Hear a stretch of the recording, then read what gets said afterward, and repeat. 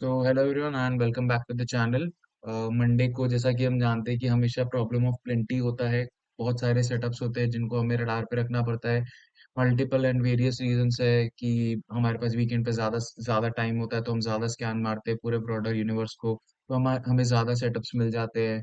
दूसरा रीज़न ये भी हो सकता है कि ज़्यादा टाइम होता है तो हम ज़्यादा ओवरथिंक करते हैं सेटअप्स को, और कई बार ओके सेटअप्स भी हमें थोड़े ज़्यादा अच्छे लगने लग जाते हैं, क्योंकि वीकेंड पे हम सोचते हैं कि हाँ ठीक है ये ओके है, इसको सेकेंडरी लिस्ट में डालो। लेकिन वीकडेज पे हमें ऐसा लगता है, वीकेंड पे हमें ऐसा लगता है कि इसमें शायद से नेक्स्ट वीक मूव आ सकता है, ट्रिगर हो सकता है। So that is the reason. तो मेरे साथ भी वही प्रॉब्लम है। आज हम we'll end up discussing few more names as compare to weekdays. तो पहला सेटअप जो होगा वो होनासा कंज्यूमर होगा। ओकेश नंबर्स आने के बाद भी गैप के साथ 20% वाला सर्किट लगा है, and since then from the next 5 days completely tight हो चुका है। सारे कैंडल्स उसी कैंडल के अंदर बन रहे हैं, और बेजिंग पैटर्न भी हमें देखने को मिल रहा है। तो अगर निकलता है तो ये ट्रेडेबल भी है, क्योंकि थोड़ा लिक्विड भी रहता है। जब भी ये मूव करता है अच्छी खासी लिक्विडिटी आती है। एंड आईपीओ सेटअप तो नहीं बोलूंगा, बस रिसेंटली लिस्टेड है तो शायद से एक लिक्विडिटी आ सकती है यहाँ पे भी। So Honasa consumer would be the first name. Second name जो होगा वो मेरे हिसाब से सबकी लिस्ट में होगा, नीवा बुपा। रीजन बीइंग कि अगेन आईपीओ सेटअप है, वही सेम कहानी जो मैं पिछले 10-15 दिन से आप लोग को बता रहा हूँ कि आईपीओ में पैसा जाता हुआ दिख रहा है। Again a very peak setup, अच्छी अर्निंग्स के बाद गैप बना, गैप को रिस्पेक्ट करके फिर से बाउंस किया, वापस से नीचे आया, 921 से फिर से बाउंस किया है। अब देखिए लगातार 921 के बैंड से रिस्पेक्ट रिस्पेक्ट करते करते बाउंस करते करते ऊपर जा रहा है। अच्छा खासा बेस बना हुआ है, ठीक ठाक सेटअप है, लिक्विडिटी भी सब कुछ बढ़िया है। तो इफ न्यू अपूपा मूव्स, हमें डेफिनेटली इसको ट्राई करना चाहिए। This is one of the peak setup for next week. अगला जो होगा वो ट्रांसरेल होगा, वापस से आईपीओ सेटअप। आप देख रहे हैं बार बार मेरे पास आईपीओ सेटअप्स ही मेरे लिस्ट में आए जा रहे हैं। ये लिस्टिंग डे का ईवीएफ है, ये इसके ऑल टाइम हाई का ईवीएफ है, और ये अभी जो स्विंग लो से जो मूव स्टार्ट हुआ है ये उसका ईवीएफ है। तीनों के ईवीएफ कंक्लूड एकदम कोइंसाइड कर चुके हैं अभी 580 के आसपास। तो अगर हमें कल एक 9 EMA का एक शेकआउट देखने को मिलता है, और अगर ये ईवीएफ पे रिस्पेक्ट देखने को मिलता है, मे बी टुमारो और द फॉलोइंग डे हम लोग को एक अच्छा ट्रेड मिल सकता है ट्रांसफर में भी। तो इसको भी रडार पे रखना चाहिए। अगेन आईपीओ नाम है, मैं आपको वही बोल रहा हूँ। अर्निंग्स भी बहुत अच्छी थी, अर्निंग्स के बाद नीचे नहीं आया, अर्निंग्स के पहले भी बहुत शानदार मूव था। तो Transrail would be another name.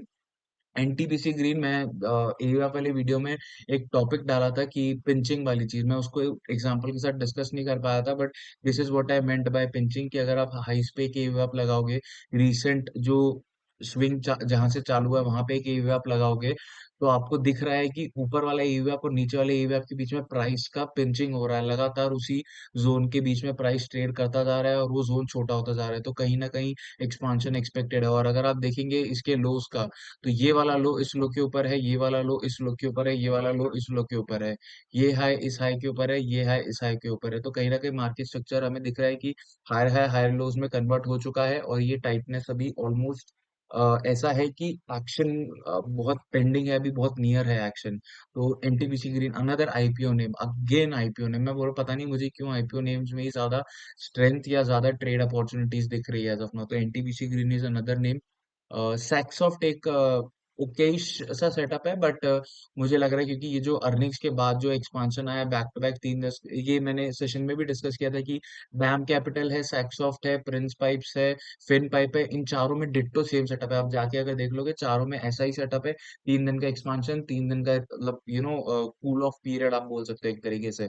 तो अगर ये 9 EMA के पास हमें कोई ट्रेड अपॉर्चुनिटी दे देता है, मान लीजिए कल एक शेकआउट देगी, फिर एक इनसाइड बार देगी, फिर निकले, तो और भी शानदार हो जाएगा। बट डेफिनेटली हमारे रडार पे रहना चाहिए ये, क्योंकि ये जो वॉल्यूम के साथ जो एक्सपेंशन है काफी अच्छा है। तो सैक्सॉफ्ट इज आई गेस वन। और इरकॉन के बारे में मैं ज्यादा डिस्कस नहीं करना चाहता हूँ, क्योंकि मुझे पता है ट्विटर पे बहुत ज्यादा discussion already against the railways वाली चीज हो चुकी है। बट मुझे तो इरकॉन अभी भी खराब नहीं लग रहा है। अगर ये कल निकलता भी है, I am definitely going to try it. मेरे को कोई शर्म कोई हया नहीं है ये बोलने में, and I am definitely going to try it अगर ये कल निकलता है, कोई ट्रेड अपॉर्चुनिटी देता है तो। So Ircon is I is the last name.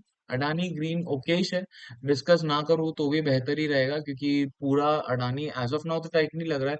But क्या पता, क्योंकि हम जानते हैं जब ये निकलते हैं सब साथ में निकलते हैं, तो इरिस्पेक्टिव ऑफ एनीथिंग इनका जब मन होता है तब निकल जाएंगे। तो प्राइस टाइटनेस बहुत शानदार है, 5 दिन से टाइट हो चुका है। एक्चुअली पिछला पूरा हफ्ता टाइटनेस में ही निकला है अडानी ग्रीन का।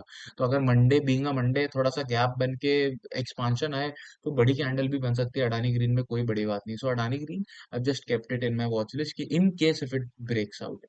दैट्स इट, मेरे हिसाब से इतने ही सेटअप्स है।